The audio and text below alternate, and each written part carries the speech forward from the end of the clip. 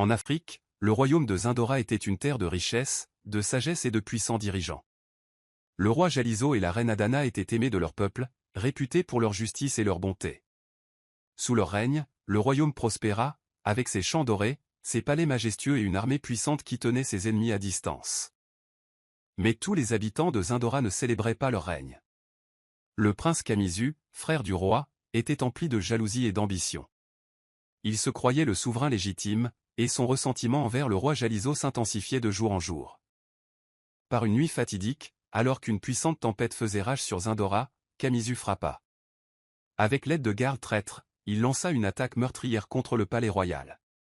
Des éclairs traversèrent le ciel tandis que les épées s'entrechoquaient. Des incendies éclatèrent et des cris de terreur emplirent l'air. Les salles autrefois paisibles du palais se transformèrent en champs de bataille, ravagés par le chaos de la trahison. Au milieu du bain de sang, la reine Adana serrait contre sa poitrine sa fille nouveau-née, la princesse Nabina. L'enfant n'avait que quelques semaines, ses petites mains enveloppaient les doigts de sa mère. Ignorant le danger qui l'entourait, le cœur de la reine battait la chamade. Elle savait que si Kamisu prenait le pouvoir, il tuerait le bébé, sa propre nièce, pour asseoir son pouvoir. Les larmes aux yeux, la reine Adana prit une décision désespérée. Elle enveloppa Nabina dans un doux tissu royal, lui murmura une bénédiction maternelle à l'oreille et la confia à un fidèle serviteur, l'ancien Ziméo. « Prends-la. Protégez-la. Quoi qu'il arrive, elle doit vivre, » implora la reine. L'aîné Ziméo, un vieil homme au regard sage, acquiesça solennellement. Il enveloppa la princesse dans un baluchon et disparut dans la nuit orageuse, chevauchant à cheval. La pluie effaça ses traces tandis qu'il disparaissait dans l'obscurité, portant l'avenir de Zindora dans ses bras. Lorsque Kamisu fit irruption dans les appartements royaux, la princesse Nabina avait disparu. Furieux, il fouilla le palais dans tous les recoins, exigeant de savoir où se trouvait l'enfant, mais personne ne répondit. Le bébé avait disparu comme si la tempête l'avait englouti. Le lendemain matin, Zindora se réveilla en plein cauchemar. Le roi Jaliso et la reine Adana, bien que toujours en vie, avaient tout perdu. Leur palais était en ruine. Leurs hommes les plus fidèles s'étaient retournés contre eux. Et pire encore, leur fille, leur unique enfant, avait disparu sans laisser de traces. La reine s'effondra de chagrin, ses cris résonnant dans les couloirs. Le roi, autrefois fort et intrépide, semblait désormais brisé, le regard empli de tristesse. Ils ignoraient que leur fille était vivante. Quelque part au loin, au-delà des frontières de Zindora, une princesse perdue avait été cachée parmi les roturiers, grandissant dans un monde où personne ne connaissait sa véritable identité. Et un jour, le destin la ramènerait, mais pas avant qu'elle n'ait enduré des années de lutte, de difficultés et d'humiliation. Le village de Mubani, un petit village oublié aux abords de Zindora, était l'endroit où Jandira avait passé toute sa vie. Elle ne connaissait rien d'autre que ces routes poussiéreuses, ces petites maisons en terre et les murmures incessants des villageois qui ne l'acceptaient jamais vraiment. Dès qu'elle a pu marcher, on lui a dit qu'elle était orpheline, une enfant sans nom, sans famille et sans place au monde. La seule personne qui lui avait témoigné sa gentillesse était Mama Olola, une vieille dame aux yeux fatigués et au cœur rempli de secrets. Mama Olola avait trouvé Jandira bébé, enveloppé dans un simple tissu fin, abandonné au bord de la rivière. Elle avait recueilli l'enfant, l'avait élevé comme la sienne et lui avait offert la seule chose qu'elle pouvait, une vie simple. Mais les villageois n'ont jamais laissé Jandira oublier qu'elle était différente. Ils murmuraient à son sujet dans son dos, certains prétendant qu'elle était maudite, d'autres qu'elle était une étrangère qui n'avait rien à faire. En grandissant, Jandira est devenue plus belle que n'importe quelle fille de Mubani. Sa peau d'un brun profond brillait sous le soleil, ses épaisses boucles encadraient son visage délicat, et ses yeux possédaient une profondeur inhabituelle, quelque chose de mystérieux, de majestueux. Mais ce n'était pas seulement sa beauté qui suscitait l'envie. Elle était intelligente, gracieuse, et son allure était telle qu'elle faisait se sentir petit. Pendant que les autres filles passaient leur journée à bavarder, Jandira s'asseyait au bord de la rivière, écoutant les histoires de Mama Olla sur des terres lointaines et des reines puissantes. Les femmes du village la méprisaient, les hommes l'admiraient, mais craignaient sa force. Même les enfants, sentant le ressentiment de leurs parents, l'évitaient. Elle était seule, toujours seule. Jandira avait beau essayer de s'intégrer, il trouvait toujours le moyen de lui rappeler qu'elle n'était rien. Si elle riait trop fort, il la traitait d'arrogante. Si elle parlait avec intelligence, il disait qu'elle essayait de se comporter mieux qu'eux. Si elle portait des vêtements propres, il l'accusait de se prendre pour une princesse. Ainsi, la vie à Mubani devenait insupportable. Un soir, Mama Ol l'assassine et serra fort Jandira dans ses bras. Ses doigts ridés tremblaient tandis qu'elle parlait. « Mon enfant, je t'ai protégé aussi longtemps que j'ai pu, mais ce village ne t'aimera jamais. Tu es né pour quelque chose de plus grand que cette petite vie. Le temps est venu pour toi de partir. » Le cœur de Jandira battait fort. Partir? Où irais-je? Mama Ol la soupira profondément, les yeux emplis à la fois de tristesse et d'espoir. Au palais royal de Zindora. J'ai pris des dispositions pour que tu y travailles comme domestique. Ce n'est pas la vie que tu mérites, mais c'est le seul moyen de t'échapper de cet endroit. Une peur glaciale saisit Jandira. Elle avait entendu des histoires sur le palais, ses salles dorées, ses puissants souverains et ses serviteurs traités comme de la poussière sous les pieds des nobles. Mais quel choix avait-elle? Rester dans un village qui la méprisait, ou tenter sa chance dans une vie qu'elle ignorait? Le lendemain matin, Jandira quitta Mubani. Avec pour seule possession un petit paquet de vêtements et le cœur empli d'incertitude, elle marchait vers un destin qu'elle n'aurait jamais pu imaginer. Ce qu'elle ignorait, c'est que le palais même auquel elle s'apprêtait à accéder, celui où elle serait moquée, humiliée et traitée comme une bon à rien, était celui-là même qu'elle était censée régner. Dès l'instant où Jandira franchit les imposantes portes dorées du palais royal de Zindora, elle comprit que sa vie ne serait plus jamais la même. Les murs s'élevaient haut dans le ciel, brillant sous le soleil matinal, symbole de richesse et de pouvoir. Mais à l'intérieur, caché sous cette beauté, se cachait un monde de cruauté. Dès son arrivée, les autres serviteurs la regardèrent de haut en bas avec dégoût. Sa simple tenue villageoise, ses pieds nus et son regard innocent faisaient d'elle une cible facile. Ce n'était qu'une orpheline, sans statut, sans famille et sans protection. À la tête du groupe de serviteurs se trouvait Kazira, la servante en chef, une femme au regard perçant et à la langue encore plus acérée. Elle dirigeait les quartiers des domestiques telle une reine, décidant qui méritait le respect et qui méritait d'être traité comme un moins que rien. Et pour elle, Jandira était inférieure à la poussière. « Regarde là » ricana Kazira, tournant autour de Jandira comme un vautour affamé. « Tu crois que tu as ta place ici? Tu n'es qu'un sale rat de village. N'attends pas de gentillesse de qui que ce soit. » Les autres servantes riaient, leurs voix tranchant comme des couteaux, sapant la dignité de Jandira, mais elle gardait la tête basse, refusant de leur montrer la peur qui la rongeait. Ses journées étaient remplies d'un travail incessant. Elle frottait les sols jusqu'à en avoir mal aux mains, portait de lourdes cruches d'eau qui lui brûlaient les épaules et nettoyait les chambres des nobles sous les moqueries de celles-ci. Mais la pire d'entre elles était Zubina, la fille gâtée d'une noble. Zubina était tout ce que Jandira n'était pas, riche, arrogante et cruelle. Elle prenait plaisir à faire souffrir Jandira. « Tu es si laide » disait Zubina en jetant ses foulards de soie à Jandira. « Pas étonnant que tu n'aies pas de famille. Si j'avais une servante comme toi, je l'enverrais à la porcherie. » Certains jours, Zubina renversait volontairement du thé par terre, juste pour que Jandira le nettoie. D'autres fois, elle ordonnait à Jandira de lui apporter à manger, mais elle le jetait par terre en riant. Mais malgré toutes les humiliations, Jandira ne réagissait jamais. Elle ravala sa douleur. Elle savait que montrer sa colère ne ferait qu'empirer les choses. Au lieu de cela, elle redoubla d'efforts, garda le silence et s'accrocha à la seule chose qu'elle avait, sa gentillesse.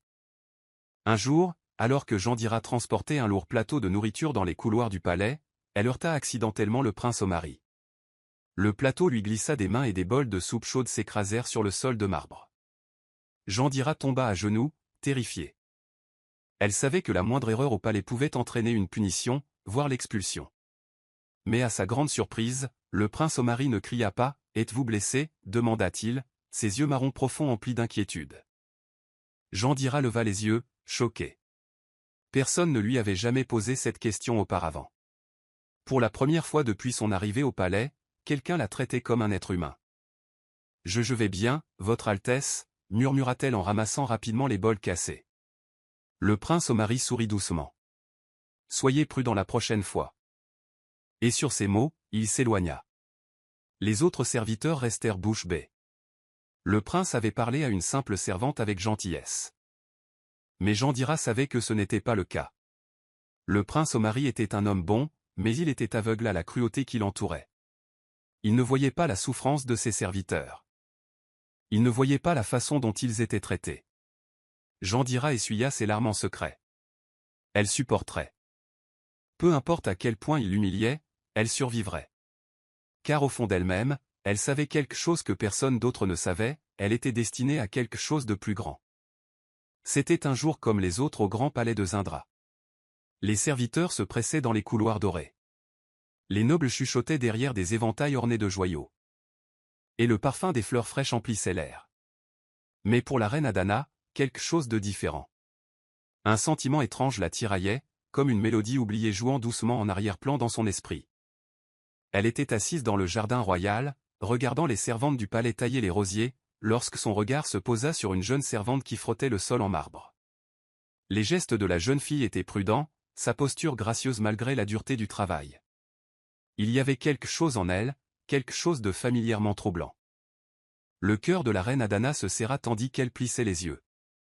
Où avait-elle déjà vu ce visage? La peau d'un brun profond de la jeune fille brillait sous le soleil, ses traits délicats étaient d'une beauté saisissante, et sa façon de replier une boucle rebelle derrière son oreille lui semblait trop familière. La reine fronça les sourcils. Pourquoi cette fille lui rappelait-elle quelqu'un? Elle regarda Cassira, la cruelle servante, passer et ricaner. La servante baissa la tête, acceptant l'insulte sans un mot. Il n'y avait ni défi, ni colère, juste une force tranquille. Et c'est alors que la reine Adana le ressentit. Une tension, un sentiment profond et inébranlable dans sa poitrine. Ce n'était pas n'importe quelle servante. Quelque chose chez cette jeune fille lui rappelait son chez-soi. Cette nuit-là, alors que la reine Adana reposait dans ses appartements royaux, elle ne pouvait s'empêcher de penser à la jeune servante. Sa façon de marcher, son maintien, ses grands yeux expressifs semblaient détenir des secrets. C'était troublant. Elle essaya de s'en débarrasser, se persuader qu'elle imaginait des choses. Mais au fil des jours, elle se surprit à observer la jeune fille de plus près. Chaque petit mouvement, chaque détail. Et plus elle observait, plus ce sentiment grandissait. La façon dont la jeune fille joignait les mains debout, comme le faisait le roi Jalézo lorsqu'il était plongé dans ses pensées. La façon dont elle touchait doucement les pétales des fleurs, comme le faisait la princesse Nabina bébé. Et puis, il y avait son sourire. Un spectacle rare, mais lorsqu'elle le vit, c'était un sourire que la reine Adana n'avait pas vu depuis des années. Un frisson lui parcourut l'échine. C'était impossible. Sa fille avait disparu. Enlevée au cœur de la nuit. Perdue à jamais. Et pourtant, la reine Adana se mit à suivre la servante en secret, le cœur battant à tout rompre à chaque fois qu'elle l'apercevait. Pourquoi ressentait-elle ce lien? Pourquoi cette fille, cette orpheline, cette servante, lui faisait-elle souffrir comme elle ne l'avait plus ressenti depuis la perte de son enfant? Cela n'avait aucun sens. Et pourtant, au fond d'elle-même, la reine Adana savait que quelque chose clochait. Cette fille, Jandira, n'était pas ordinaire. Et elle allait découvrir pourquoi. La nuit était sombre, seul le pâle clair de lune perçait les fenêtres du palais. Jandira était assise sur les marches de pierre froide derrière les quartiers des domestiques, les mains douloureuses après une longue journée de travail. Elle était épuisée, son corps faible, mais son esprit agité. Puis, elle l'entendit. Une voix douce et familière l'appelait. Elle se retourna et vit Mama Olala, la femme qui l'avait élevée, debout dans l'ombre. Ses mains ridées tremblaient, son regard empli d'urgence. « Enfant » murmura Mama Olala en regardant prudemment autour d'elle. « Prends ça. » Elle fouilla dans les plis de son châle en lambeaux et en sortit un collier. Les perles étaient vieilles, mais elles scintillaient au clair de lune, telles de minuscules étoiles. Au centre se trouvait un pendentif en or, gravé de symboles anciens. Jandira fronça les sourcils. « Maman, qu'est-ce que c'est » Maman Olala prit ses mains et pressa le collier dans sa paume. Sa prise était ferme. « C'est à toi, dit-elle. Il a toujours été à toi. Garde-le précieusement. Ne laisse personne te le prendre. » Jandira fixa le collier. Il était magnifique, mais il avait quelque chose d'étrange, comme s'il portait un poids bien plus lourd que de simples perles d'or. Mais pourquoi? Maman Olala posa un doigt sur les lèvres de Jandira. Pas de question, fais-moi confiance. Sa voix était à peine plus forte qu'un murmure. Un jour, tu comprendras. Et sur ces mots, elle disparut dans la nuit. Jandira serrait le collier, la confusion la submergeant. Pourquoi Mama Olala lui donnerait-elle quelque chose d'aussi précieux? Et pourquoi son cœur était-il différent, comme si une partie oubliée d'elle-même se réveillait? Elle cacha rapidement le collier sous sa robe de servante, mais elle ignorait totalement que quelqu'un l'observait. Derrière un pilier voisin, le regard perçant de Cassira brillait de suspicion. Et à ses côtés, un sourire malicieux aux lèvres, se tenait Zubina. Le lendemain matin, alors que Jandira balayait les sols du palais, le pire se produisit. Zubina fit irruption dans la salle, sa voix si forte que les nobles se retournèrent. « Au voleur » hurla-t-elle. Le cœur de Jandira se serra. Elle a volé un trésor royal, poursuivit Zubina en la pointant du doigt. Avant que Jandira puisse réagir, Cassira s'avança et déchira la bourse attachée à sa taille. Le collier tomba au sol. Un soupir parcourut la foule. Les gardes s'avancèrent aussitôt, leurs mains crispées sur leurs épées. La voix de Cassira était venimeuse. « Où as-tu trouvé cette fille immonde » Jandira ouvrit la bouche, mais aucun mot ne sortit. Elle était piégée. « Il a été volé » cria Zubina en s'approchant. « Je l'ai vu le cacher hier soir. Elle a dû s'infiltrer dans les appartements royaux pour le voler. » Le cœur de Jandira battait fort. « Non, non, ce n'était pas possible. »« C'est à moi » essaya-t-elle de dire, mais Cassira la gifla. La piqûre brûlait, mais pas autant que l'humiliation. « Comment oses-tu mentir » siffla Cassira. « Ce collier appartient à la famille royale. » Les gardes n'attendirent pas d'explication. Ils saisirent Jandira par les bras, leur poigne telle une chaîne de fer. La terreur la submergea. « Non, s'il vous plaît, je ne l'ai pas volé » cria-t-elle en se débattant. Mais personne ne l'écoutait. Tandis qu'il la traînait à travers les couloirs du palais, des murmures emplissaient l'air. La servante était une voleuse, une honte. Elle serait punie. Et puis, le moment que Jandira redoutait le plus arriva. Les portes de la salle du trône royal s'ouvrirent brusquement. Elle fut jetée à terre devant le roi Jalezo et la reine Adana. Le regard du roi était froid, l'expression de la reine indéchiffrable, et entre eux, posé sur une table dorée, reposait le même collier, brillant sous la lumière royale. La grande salle du trône de Zindora était silencieuse. La tension était telle que même les gardes restèrent immobiles, les mains posées sur la garde de leurs épées. Jandira était agenouillée sur le sol de marbre froid, le cœur battant la chamade. Le poids de chaque regard l'écrasait, les murmures tourbillonnant autour d'elle comme une sombre tempête. Le regard perçant du roi Jalezo la transperçait, son expression indéchiffrable. La reine Adana, en revanche, était devenue pâle. Son regard était fixé sur le collier, le même héritage royal qui avait été placé autour du cou de sa fille nouveau-née la nuit de sa disparition. Dès que la reine le vit, son souffle s'arrêta. « C'est impossible » murmura-t-elle. Elle se leva de son trône et s'avança, le regard empli d'une lueur qui ressemblait à la fois à de la peur et à de l'espoir. Était-ce possible? Cette fille, la servante qui avait vécu sous leur toit, pouvait-elle être l'enfant qu'ils avaient perdu? Les conseillers royaux échangèrent des regards prudents. L'un d'eux, l'ancien Camo, s'avança et s'éclaircit la gorge. « Mon roi, ma reine, dit-il d'une voix basse et mesurée. Il n'y a qu'un seul moyen de connaître la vérité. » La mâchoire du roi Jalezo se serra. Il savait déjà ce que Camo allait suggérer. « L'épreuve de vérité » murmura la reine Adana. Un silence profond s'abattit sur la pièce. L'épreuve de vérité était un rituel ancien, infaillible. Seuls ceux de sang royal pouvaient le réussir. Le grand prêtre du royaume, l'ancien Barocca, était le seul à pouvoir l'accomplir. Le roi se tourna vers son guerrier le plus fidèle. « Appelez l'ancien Barocca » ordonna-t-il. Les gardes se précipitèrent hors de la salle du trône. Jandira, toujours à genoux, sentit son estomac se nouer. Quoi? Quel est le test de vérité? Osa-t-elle demander d'une voix à peine plus forte qu'un murmure. La reine Adana se tourna vers elle.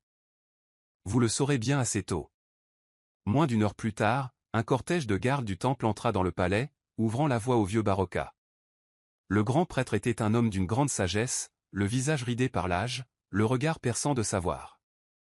Il tenait dans ses mains un bâton sacré, gravé de symboles plus anciens que le royaume lui-même. Jandira se releva, les mains encore tremblantes. Elle ne s'était jamais sentie aussi seule. « Toi » dit l'aîné Barocca en s'approchant. Son regard perçant scruta son visage. « Es-tu prête à affronter la vérité » Jandira déglutit difficilement. Elle ignorait de quelle vérité il parlait. Le roi hocha la tête. Emmenez-la au temple des ancêtres. Les dieux révéleront ce qui doit être connu. Et ainsi, Jandira fut emmenée hors du palais, à travers les rues pleines de regards curieux. Les gens murmuraient à son passage. Certains se moquaient d'une servante passant l'examen royal. Absurde. D'autres observaient avec suspicion. Était-elle vraiment la princesse perdue? Les poings de Jandira se serrèrent tandis qu'ils approchaient du temple antique, le cœur battant la chamade. À l'intérieur, le temple était faiblement éclairé, l'odeur de l'encens brûlant emplissait l'air. Les murs étaient couverts d'écritures dorées, les voix des ancêtres résonnant dans le silence. L'ancien Baroka conduisit Jandira au centre de la salle sacrée, où un bol d'eau dorée était posé sous la grande statue du premier roi de Zindora. « C'est l'eau des ancêtres », annonça-t-il. Un lourd silence s'abattit sur le temple tout entier. L'aîné Baroka se tourna vers Jandira. « Si tu es vraiment de sang royal, l'eau te reconnaîtra. » Le souffle de Jandira s'accéléra, et si ce n'était pas le cas, que lui arriverait-il? « Plonge tes mains dans l'eau, ordonna le grand prêtre. Jandira hésita, ses doigts tremblaient. Puis, prenant une profonde inspiration, elle tendit la main et toucha l'eau. Le temple était silencieux. Tous les regards étaient rivés sur le bol d'eau dorée. Les mains tremblantes de Jandira plongeaient dans le liquide frais, son cœur battant à ses oreilles. L'eau l'accepterait-elle ou la rejetterait-elle? Pendant un instant, rien ne se passa. La tension était étouffée. Les conseillers royaux se penchèrent en avant, les gardes s'agitèrent avec inquiétude. La reine Adana serra la main de son époux, le souffle court. Puis, sans prévenir, l'eau se mit à briller. Une ondulation dorée se répandit dans le bol, illuminant tout le temple. Une rafale de vent traversa la pièce, bien qu'aucune fenêtre ne fût ouverte. Les torchers accrochés au mur vacillaient violemment, leurs flammes s'étirant vers le plafond. Des halètements résonnèrent dans le temple. Un événement surnaturel se produisait. Jandira essaya de retirer ses mains, mais l'eau les retenait fermement, comme si une force invisible refusait de la lâcher. Son corps frissonna, bien qu'elle n'eût pas froid. Puis une voix douce mais puissante résonna dans la chambre. Elle est de sang royal. La voix n'appartenait pas à l'ancien Baroka. Elle n'appartenait à aucune âme vivante du temple. C'était la voix de la défunte reine-mère, mère du roi Jalizo. Soudain, sous les yeux de tous, une silhouette fantomatique émergea des flammes vacillantes. C'était une femme âgée, drapée dans une robe royale, le regard empli de sagesse. Bien qu'elle ne fût qu'un esprit scintillant, sa présence imprégnait la pièce. La reine Adana laissa échapper un léger cri. « Mère !» L'esprit de la reine-mère se tourna vers Jandira. Son regard était chaleureux mais perçant, comme si elle pouvait lire au plus profond de l'âme de Jandira. « Tu nous as été enlevés, dit l'esprit, mais le destin t'a ramené à ta place. » Les lèvres de Jandira s'entr'ouvrirent sous le choc. Son esprit peinait à comprendre ce qu'elle entendait. L'esprit leva la main et la pointa vers le cœur de Jandira. « Tu es Nabina, la princesse perdue de Zindora. » Une vague de halètements stupéfaits parcourut le temple. Les conseillers royaux se regardèrent, incrédules. Les gardes reculèrent, l'air figé par le choc. Le royaume tout entier pleurait la perte de la princesse depuis des années. Et maintenant, elle se tenait devant eux, non pas comme une noble, mais comme une simple servante. Jandira sentit ses jambes faiblir. Son monde entier a basculé d'un seul souffle. Elle n'était pas seulement une orpheline. Elle n'était pas seulement une servante. Elle était royale. Un cri aigu et perçant retentit dans le temple. Cassira, la cruelle servante, se tenait la poitrine, les yeux révulsés. Avec un bruit sourd, elle s'effondra au sol, s'évanouissant sur place. Zubina, la fille gâtée de la noble dame, tituba en arrière. Son visage se vida de ses couleurs tandis qu'elle laissait échapper un halètement étranglé. « C'est impossible, hurla-t-elle avant que ses genoux ne cèdent, et elle aussi s'évanouit d'incrédulité. Le temple sombra dans le chaos. Certains tombèrent à genoux sous le choc, d'autres murmurèrent avec stupeur. La reine Adana se précipita, les larmes aux yeux, tandis qu'elle prenait le visage de Jandira entre ses mains. « Mon enfant, murmura-t-elle d'une voix brisée. Ma fille. » La vision de Jandira se brouilla de larmes. Pendant si longtemps, elle avait été traitée comme une moins que rien. Moquée, humiliée, mise à l'écart. Mais maintenant, la vérité éclatait. Elle était la princesse perdue de Zindora. Dès que la vérité fut révélée, le palais sombra dans le chaos. Jean dira non, la princesse Nabina n'était plus une servante anonyme. Elle était l'héritière légitime de Zindora, l'enfant volé au cœur de la nuit, et le responsable de ses souffrances n'était autre que le prince Camisu. Le prince vieillissant observait la scène depuis l'ombre, le cœur battant la chamade. Il avait passé des années à croire que son secret était enterré à jamais, que l'enfant qu'il avait volé avait péri, le laissant libre de revendiquer un jour le trône. Mais à présent, la vérité avait brisé ses mensonges soigneusement construits. Son sang se glaça lorsqu'il vit l'esprit de la défunte reine-mère disparaître dans les airs. C'était fini. Camisu recula d'un pas, la sueur ruisselant sur son visage. Il avait besoin de s'échapper. Si le roi le condamnait à mort, il n'aurait aucune pitié. Sa seule option était de fuir. Sans un mot, il fit volte-face et se précipita vers la sortie arrière du temple. Mais il était trop tard. Saisissez-le. La voix du roi Jalizo résonna dans le temple comme une tempête. En un instant, les gardes royaux se précipitèrent. Camisu fit à peine 2 pas qu'il sentit des griffes de fer lui serrer les bras. Il lutta, mais en vain. « Lâche-moi » rugit-il en se débattant sauvagement. Mais son pouvoir avait disparu. Ses mensonges avaient été dévoilés. Il n'y avait plus d'échappatoire. Le roi Jalizo se leva de son trône, le visage empreint de fureur. « Tu as volé ma fille. Tu as trahi ton propre sang. Tu as condamné un enfant innocent à une vie de souffrance. » Sa voix tremblait de rage. « Et maintenant, tu vas répondre de tes crimes. » Le visage de Camisu se tordit de désespoir. « Frère, je t'en prie. » Silence. La voix du roi était définitive. « Tu n'es plus mon frère. Tu n'es plus prince de Zandora. » Des hoquets de surprise résonnèrent dans la salle. Dépouiller quelqu'un de son titre royal était la plus grande des hontes. « Tu ne mourras pas par l'épée, » poursuivit le roi. « Ce serait trop gentil. Tu seras exilé. Tu parcourras le monde seul, avec pour seule compagnie la honte de ta trahison. » La cour entière acquiesça à voix basse. Un sort pire que la mort. Les genoux de Camisu fléchirent. Il savait que c'était la fin. Les gardes le traînèrent hors du temple, ses cris de protestation résonnant dans les couloirs. Mais personne n'eut pitié de lui. Personne n'implora sa clémence. Justice avait enfin été rendue. Mais Camisu n'était pas le seul à avoir fait du tort à Nabina. Cassira et Zubina restèrent figés, le visage pâle de terreur. Ils avaient passé des années à se moquer et à tourmenter Jandira, la croyant insignifiante. Mais maintenant, elle se révélait être la princesse. Leur destin était scellé. La reine Adana tourna vers eux son regard perçant. « Comment oses-tu maltraiter un membre de la famille royale ?» Sa voix était calme, mais elle avait une intonation indéniable. Cassira tomba à genoux, le corps tremblant. « Ma reine, je l'ignorais. Je te jure, je l'ignorais. Et si tu l'avais su, la voix de la reine Adana était glaciale. L'aurais-tu traité différemment ?» Cassira ouvrit et referma la bouche, mais aucun mot ne sortit. La réponse était claire. Zubina serra son bras, les larmes coulant sur son visage. « Veuillez nous pardonner. Nous avons été stupides. » Mais la voix du roi était ferme. Votre cruauté était impardonnable.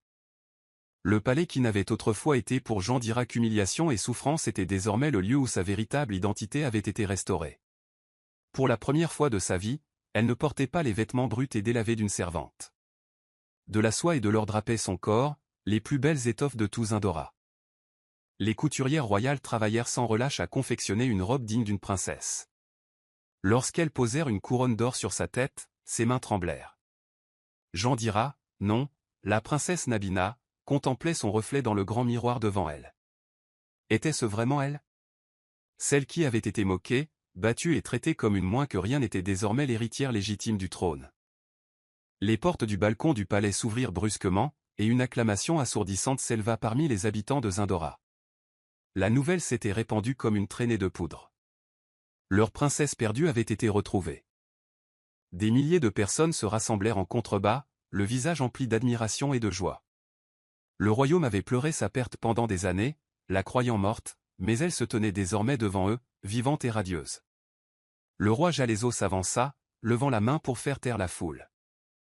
Sa voix, pleine d'émotion, résonna dans la cour. Peuple de Zindora, voici votre princesse. La fille que nous croyions perdue à jamais nous est revenue. Les larmes montèrent aux yeux de la reine Adana tandis qu'elle guidait doucement Nabina.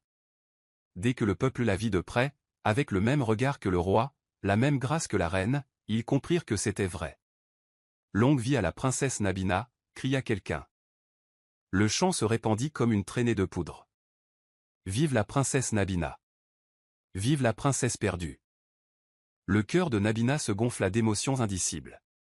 Ceux-là même qui se moquaient d'elle, qui murmuraient dans son dos tandis qu'elle frottait les sols du palais, s'inclinaient maintenant devant elle.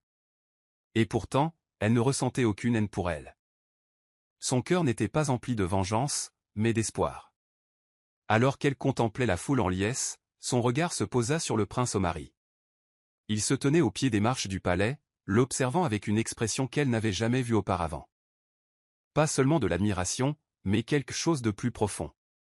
Omari avait toujours remarqué la force tranquille de Jandira, sa résilience, sa gentillesse malgré la cruauté qu'elle subissait. Mais maintenant, sachant qui elle était vraiment, il la voyait sous un jour nouveau. Pas seulement une jeune fille remarquable, mais une future reine. Nabina croisa son regard et, pour la première fois depuis son arrivée au palais, elle sourit. La servante dont tout le monde se moquait avait disparu. À sa place se tenait l'avenir de Zindora. Le jour du grand couronnement arriva, et le royaume de Zindora n'avait jamais connu de célébration aussi grandiose. Le palais était orné de bannières dorées, des fleurs rares s'épanouissaient à chaque coin, et l'air résonnait du joyeux son des tambours et des flûtes. Des gens venus de tout le pays se rassemblèrent pour assister à l'histoire. La princesse disparue allait retrouver sa place légitime. Nabina se tenait à l'entrée majestueuse de la salle royale, le cœur battant la chamade. La jeune fille qui avait autrefois nettoyé ses sols en servante les arpentait désormais telle une princesse. Chacun de ses pas lui semblait surréaliste, mais en regardant devant elle et en voyant ses parents, le roi et la reine, sourire de fierté, elle comprit que c'était son destin. Vêtue d'une robe royale époustouflante tissée de fils d'or et de saphir, Nabina était une vision. Une couronne de pierres précieuses, soigneusement confectionnée pour l'héritier légitime, était portée sur un coussin royal par le grand prêtre. Le moment était venu. Le silence se fit dans la grande salle lorsque le roi Jalezo s'avança, la voix forte et chargée d'émotion. Aujourd'hui, nous restaurons ce qui a été perdu. Aujourd'hui, nous accueillons à nouveau la fille de Zindora, la lumière de ce royaume, la princesse que le destin nous a rendue. La foule éclata en acclamations, mais Nabina leva doucement la main, faisant signe au silence. Avant de prendre ma place, dit-elle d'une voix ferme et claire, il y a quelque chose que je dois faire. Elle se tourna vers ceux qui lui avaient fait du tort. Cassira, la cruelle servante, et Zubina, la fille gâtée de la noble, tremblaient, la tête baissée de honte. Tout le royaume savait comment il l'avait maltraitée alors qu'elle n'était qu'une servante, mais au lieu de s'emporter, Nabina parla avec grâce. « Je te pardonne », des exclamations de surprise emplirent la salle. Même Cassira et Zubina levèrent les yeux, incrédules. Cependant, poursuivit Nabina, le pardon ne signifie pas qu'il n'y aura pas de conséquences. Justice doit être rendue. Cassira et Zubina furent déchus de leurs privilèges et exilés du palais. Ce fut une leçon pour tous. La cruauté ne serait jamais tolérée, quelle que soit la victime. Alors, Nabina se tourna vers le prince Kamizu, son oncle, l'homme qu'il avait enlevé à sa famille tant d'années auparavant. Il avait tenté de fuir, d'échapper à la justice, mais il n'avait plus aucun endroit où se cacher. La voix du roi Jalezo était ferme. Tu as trahi ton propre sang, et pour cela, tu vivras en exil jusqu'à la fin de tes jours. Les gardes emmenèrent Kamizu tandis que le peuple acclamait la justice. Enfin, le royaume était libéré de ses ténèbres. Laissant derrière elle le passé, Nabina s'avança et le grand prêtre souleva la couronne. D'une main ferme, il le posa sur sa tête. Une lumière dorée jaillissant des fenêtres du palais la baignait de son éclat, comme si les cieux eux-mêmes bénissaient cet instant. « Vive la princesse héritière Nabina », déclara le grand prêtre. La grande salle vibra d'applaudissements, les tambours retentirent en signe de célébration et des feux d'artifice explosèrent dans le ciel. La princesse perdue était de retour et elle régnerait avec sagesse, bonté et force. Debout devant son peuple, Nabina fit un vœu. Plus jamais aucun enfant ne se sentira inférieur. Plus jamais les pauvres ne seront oubliés. Je ne régnerai pas comme une princesse sur mon peuple, mais comme l'une d'entre eux. Le peuple rugit d'approbation. Leur future reine n'était pas seulement une souveraine. C'était une survivante, une combattante et un véritable symbole du destin accompli. Alors que les célébrations se poursuivaient, le prince Omari s'approcha de Nabina. Son admiration pour elle s'était transformée en quelque chose de plus profond. « Tu as toujours été une princesse, dit-il doucement, même avant de porter la couronne. » Nabina sourit. Elle savait que ce n'était que le début de son voyage. Avec son royaume derrière elle, son passé disparu et son avenir radieux, la princesse Nabina était prête à mener Zindora vers une nouvelle ère de paix et de prospérité.